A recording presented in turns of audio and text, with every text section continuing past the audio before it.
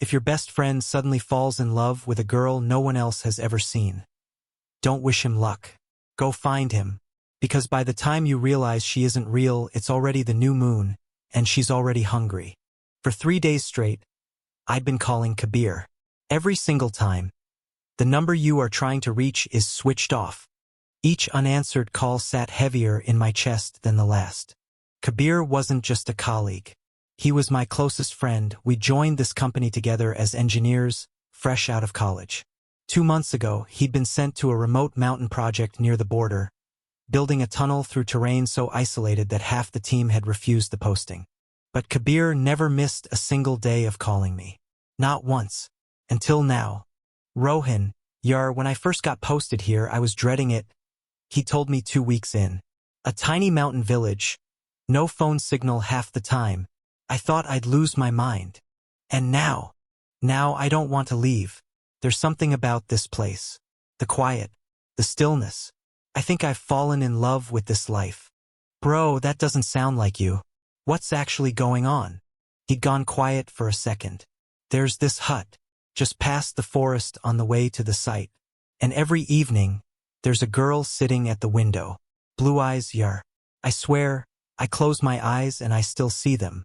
Some nights I feel like she's watching me even when I can't see her. Like she's hiding close by. Okay, now you're officially a poet.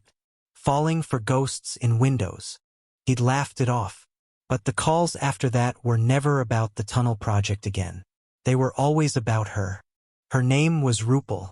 One evening, walking past her hut, she'd called out to him. Sir, wait. I'm Kabir. What's your name? Rupal. I don't have anyone in this world. I just sit here and wait, hoping someone will come who I can finally call my own. Can I ask you something? Do you watch me pass by every day? Do you like me? I liked you the moment I saw you, she'd said, eyes lowered. But why would someone like you want an orphan girl from this village? I like you. I like you more than I ever thought was possible. Every night after that, Kabir told me everything they'd talked about. Days turned into weeks. Bro, I'm tired of hearing how perfect she is. I told him one night, just send me a photo already. She's shy, She doesn't like getting photographed. Doesn't like that kind of attention. Beat. Let this land as suspicious. Don't explain it. Anyway, he continued, I'm getting married tomorrow. What? Married? Tomorrow? You didn't even tell me you proposed. It's happening fast, I know. The project wraps in 2 weeks too. After that, big party in the city, I promise. You're getting married and not inviting your best friend? It's not like that. Rupal wants it to be simple. Just the two of us. He promised he'd video call me right after the wedding. Introduce me to her properly. That call never came. A full day passed. Nothing. I told myself he was just busy. Newlyweds, you know how it is. But one silent day became 3. And on the 3rd day, his office called mine. Kabir was missing. The ground fell out from under me. A guy this excited to start a new chapter. How does he just disappear? The next morning, I took 2 of our colleagues, Farhan and Sanjay, and we drove straight to that mountain village. By the time we arrived, dusk was already falling, and a thick fog had rolled in over everything. Kabir had once mentioned the hut was right at the edge of the forest, so that's where we headed first. The deeper we walked into the trees, the more the temperature seemed to drop. Not just around us, but inside us. No animals. No birds. No village sounds. Just snow, fog, and silence. This place is seriously creepy, Farhan muttered. No people, no birds, nothing. And that hut he kept talking about? Sanjay added, scanning the trees. There's absolutely nothing here. What kind of girl lives alone in a forest like this?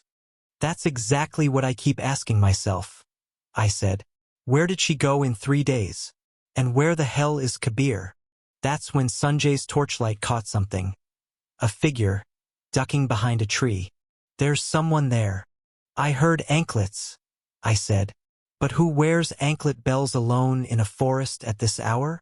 Please tell me it's not a witch, Farhan said, only half joking. Stop talking nonsense. I snapped, though my hands were shaking. We approached slowly. A girl stood with her back to us, face covered by her hair. When she heard us, she spun around fast, too fast, and turned away again just as quickly. Who are you? What are you doing out here? My goat ran off into the forest. I came looking for her. Who are you? There's an engineer who's been staying in this village. Do you know him? Oh, him? Such a kind man. He had a friendship with a girl. Do you know who she is? Her house is right there, near the forest. Wait, a girl's house? Here, in the middle of the forest. There are no girls in this forest, she said, voice suddenly flat. Only witches. She had no friendship with him. People in the village say he got tangled up with one. Everyone warned him. He wouldn't listen. He'd wander the forest at night, talking to himself. My stomach dropped. Wait, so Rupal doesn't exist? Then where is Kabir? She's taken your friend, the mountain witch. There's only one hope left, Baba Burju. He's the only one who can save your friend from her now. In these mountains, this has happened before. Handsome young men. They're her favorite prey. Then we can't waste a single second. Take us to him. We can't lose Kabir. No, no, sir. It's late. If anyone sees me out with you men at this hour, I'll be ruined. I'll take you to him first thing in the morning. As she spoke, I noticed she kept pulling her scarf higher to hide her face, glancing nervously in every direction. Don't be afraid. We're not bad people, we're desperate. Your help could save someone's life. Please, take us now. She paused, looked around, and finally motioned for us to follow her deeper into the trees. Her anklets chimed softly with every step as she led the way, us following close behind, until a house appeared ahead of us. She stepped in first. One by one, we followed me, then Farhan, then Sanjay. The moment the door shut behind us, we heard her scream. Help me, sir. Please, save me. Before any of us could react, the door slammed shut with a deafening bang. Silence. Nothing but our own breathing in the dark. Outside, wolves howled somewhere in the black distance, and every hair on my body stood up. I switched on my torch and we moved forward, step by careful step. Look, this is Kabir's phone, Sanjay said, picking it up off the floor. He was here. But where did that girl go? Before anyone could answer, Farhan's torch found something on the ground. Guys, it's Kabir. He's unconscious, and there's blood everywhere. Oh my God, what happened to him? That's when we heard it. A low, rhythmic humming from deeper inside the house, almost like chanting. We moved toward it, torches raised. On the floor, blood-soaked footprints ran in a trail, every single one of them pointing backward. At the end of the trail sat a creature with a monstrous face, chanting under her breath. The instant she saw us, she rose to her feet and began to laugh loud, sharp, echoing. Her clothes matched the girl who'd led us here. Her long hair curtained most of her face, but through the strands, her eyes glowed a deep, wet red. And then, as we watched, she began to grow, taller, taller, until her head brushed the ceiling of the hut. Ever seen backward feet before? She rasped.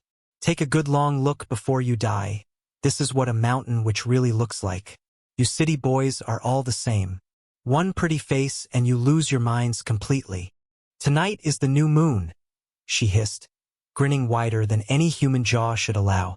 I'll take all 4 of your lives and drink every drop of your blood. You think you brought us here? I said, forcing steadiness into my voice. I knew what you were the second I saw you. Just to be sure, I looked back while we were walking. Your footprints were backward. That's when I knew for certain. After Kabir disappeared, I called him non-stop, but he never picked up. I reported everything to our project head. He had people in the village ask around, and there was no girl named Rupal. Ever. People had seen Kabir talking and laughing to himself for weeks. That hut he described, it was never real. It was a spell you wove into his mind. The villagers tried to warn him, but he was already under your control. All he could see was Rupal. They told us mountain witches have haunted this forest for centuries, hunting young men just like this. Always on the new moon. The witch shrieked in fury at being exposed, her voice tearing through the walls. Her 9-foot-long tongue whipped through the air, and in an instant, the single witch multiplied into 4 or 5 identical, grotesque faces, all around the room, all shrieking with laughter. She moved with impossible speed, passing straight through me like smoke, and dragged Sanjay into the next room while the illusions surrounding us screamed with laughter. "This is all illusion," I shouted. "The real one has Sanjay." The village elder had told us one thing before we left. The only way to kill her is to strike while she's feeding, with a trident, straight through her spine. I ran into that room.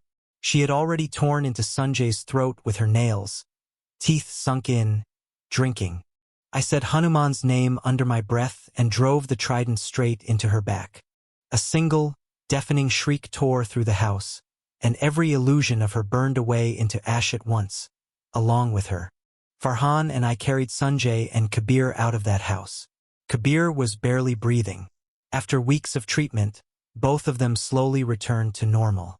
But even now, people say that late at night, Kabir sometimes sees a woman in black standing outside his window, watching him silently from the dark. She never needed to chase them.